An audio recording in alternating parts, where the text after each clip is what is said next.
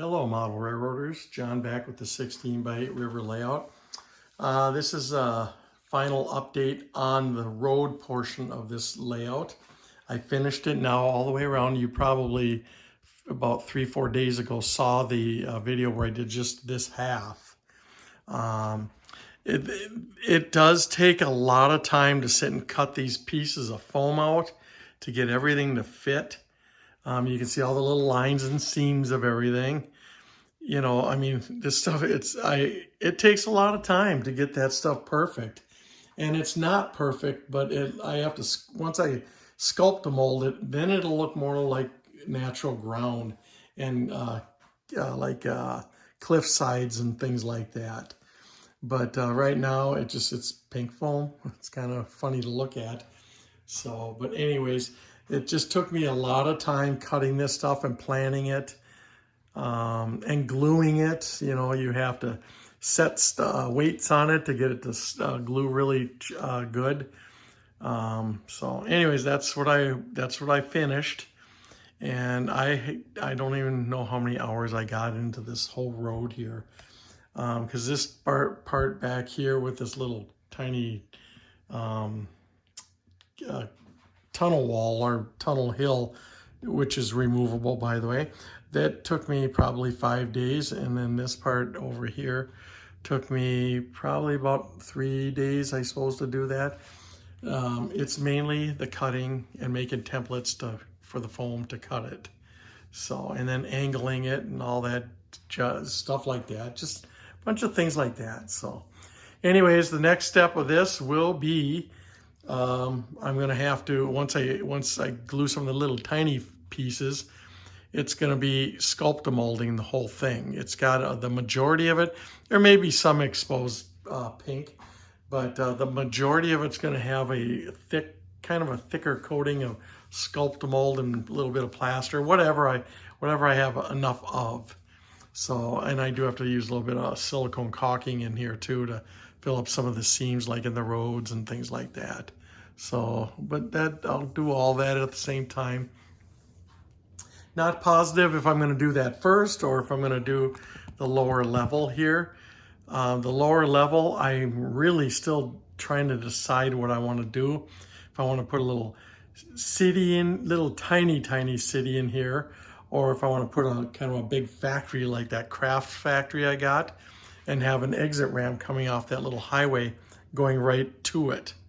So that's always a thought too. And then of course, there'd be a little road running along this side of the river all the way down to the other end of the layout. So that's, you know, kind of something I've been thinking about. There's a couple options I got here.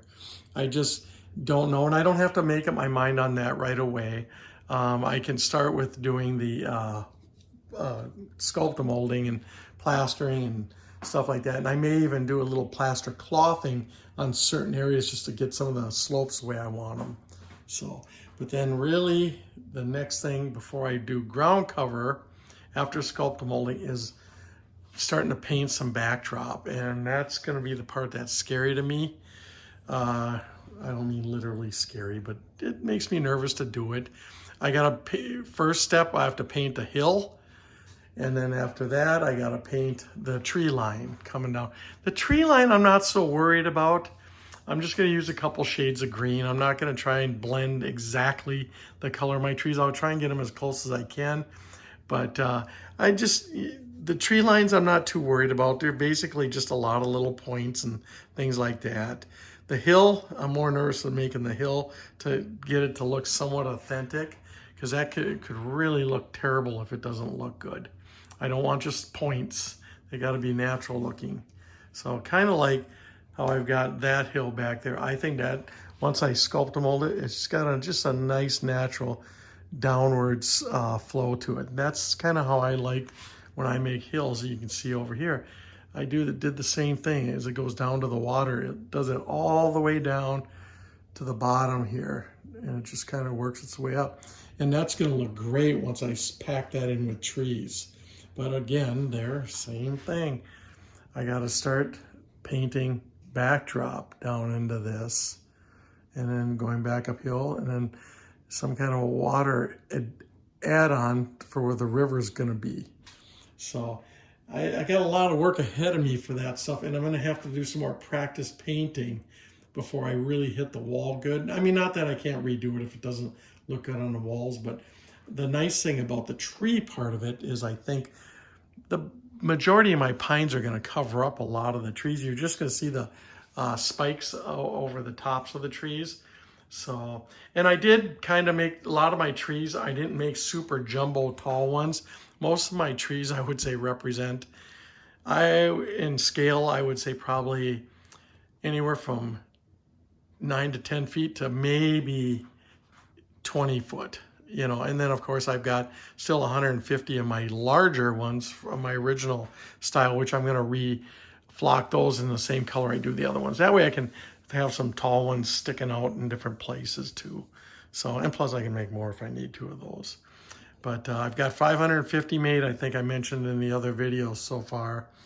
And actually I'll put a picture on this at the end of this video, because there's going to be some pictures at the end of this one, but I'll put a picture of the trees lined up. I've got 8 foot by 14 inches of solid trees. I think there's 550 on them two boards. And like I say, they range anywhere from probably 2 inches all the way up to about 5.5 to 6 inches tall. So anyways, that's all I got on this update. Nothing fancy, but just a lot of time. I know it doesn't look like much, but trust me, to get that stuff carved and all nicely tucked in and fitting, it was quite a bit of work. And just one other thing I was going to mention. It is a lot of foam, and a lot of people don't like spending the money on that, including myself. But will tell you this. Underneath a lot of this, it's hollow. What I do is that first, under all this there's nothing behind it.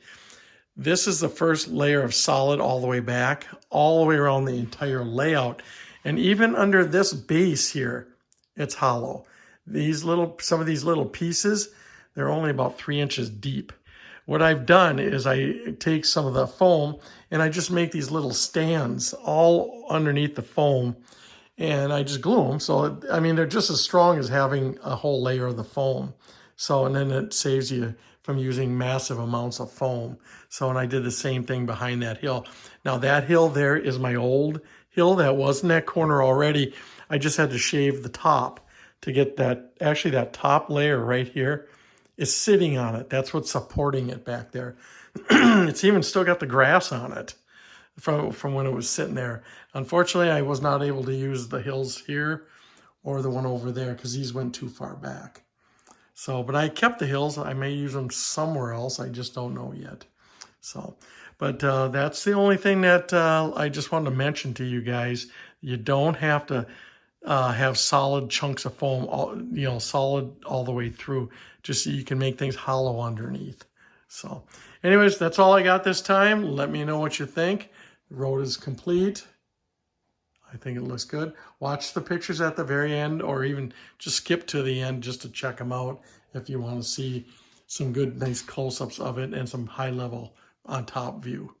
So, all right. Thanks for watching.